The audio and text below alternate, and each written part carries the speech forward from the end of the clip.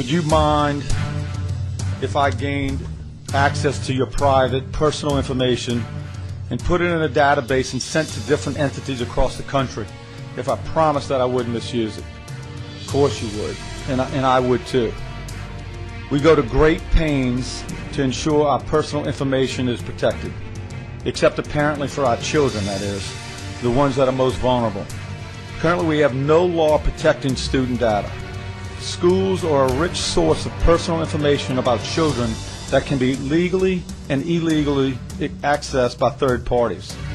With incidents of identity theft, database hacking, and the sale of personal information rampant, there's an urgent need to protect students' privacy. But given the recent release of students' private information by our Department of Education to outside vendors, it is clear that we must do something to keep that from ever happening again. In an article published April 19th in 2013 in the Monroe News Star, In Bloom confirmed that students' Social Security numbers had been released through student enrollment in the Course Choice platform.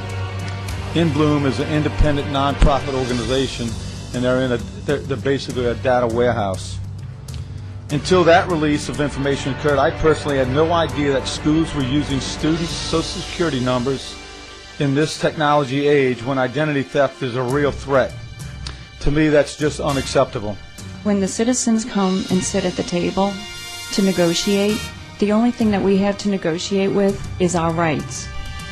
And so when the department asks us to give in just a little bit, they're really asking us to give up our rights, and in this case also our children's rights.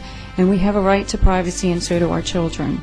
It has come to our attention that certain school districts are using information to sell mailing lists to commercial businesses. This is the kind of things that we want to have our children protected from.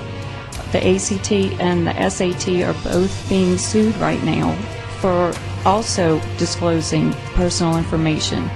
So I think this is really something that I'm glad that you all are willing to at least look at, and please consider supporting this. Thank you.